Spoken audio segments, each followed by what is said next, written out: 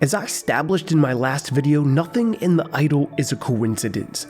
Not the color of the lights in Tedros' club, not the end credit song after each episode, and not the close-up of the hairbrush at the beginning of episode 3. Did you notice that? So why was Chloe rummaging through Jocelyn's closet while Tedros was rummaging through Jocelyn's mouth? Sorry for that one. Chloe is an interesting character, and honestly maybe the breakout star of this whole series. After all, she was handpicked by and is currently touring Stockholm with The Weeknd. But who is Chloe? What is her story? And what do we know about her already? She's a gifted pianist, and she's a member of Tedros' cult. It's definitely a cult. But there's gotta be more to it, right? There's always more to it. Without a doubt, Chloe is the most empathetic character we've seen so far. Sure, we've got the Angels of Death looking after Jocelyn, but that's just typical mom and dad stuff. I don't think we should kill his mom.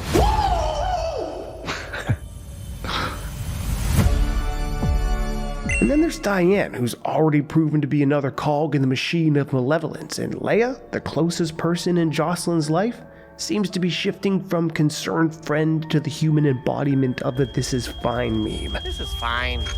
I'm okay with the events that are unfolding currently. Chloe, however, doesn't seem to give off any red flags. She seems genuinely caring, gentle, and free-spirited. Heck, I wouldn't be surprised if the term golden retriever energy came up during her casting process. So I have a theory.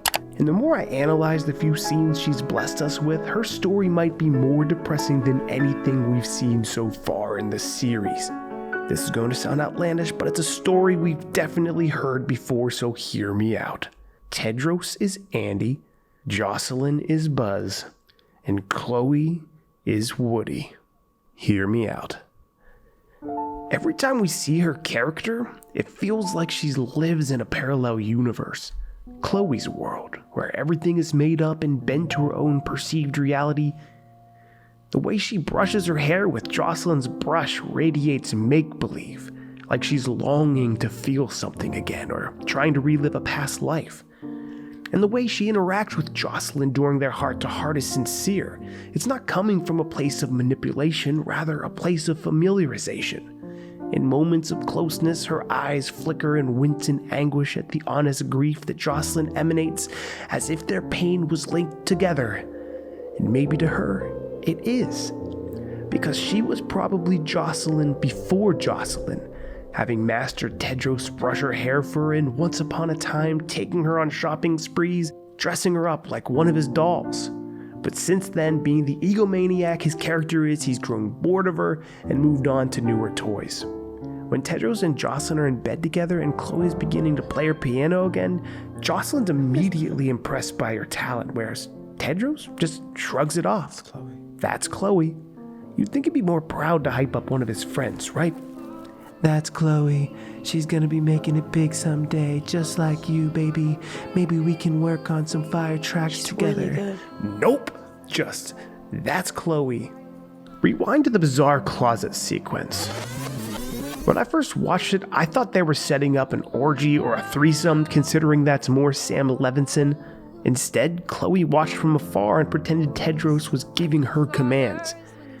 She was trying on clothes in Jocelyn's closet because I think she wishes she was her. She longs for Tedros' attention, but he doesn't seem interested anymore. And to go back to the Toy Story reference, Chloe trying on clothes alone is like Woody writing Andy on his own boot. It's not just a story of unrequited love, but the story of being left behind and feeling trapped in the same toy box as the ones who have replaced you. The ones who are receiving your deepest desires right in front of you. Maybe she was Tedros' first project, or maybe she loved him before he turned into a sociopathic cult leader and she's in denial. Even when she's around her friends, she's a lone wolf. A little bit spacey, a little bit laser focused, like a mix between Regina Spektor and Cassie from Skins. We haven't got much of her backstory, but if my theory's correct, she's too kind to take her jealousy out on Jocelyn, let alone let go of someone she still cares about, even if they've changed and moved on. People get stuck in cults for all types of reasons, and I think we're going to be visiting some of them. So in a bizarre twist of Pixar memorabilia, Chloe is Woody in a universe where he never tried to win back Andy's attention, and instead of competing with his new toy, they sit back and play cowboy every day, quietly struggling to accept that they'll never get back what they once had.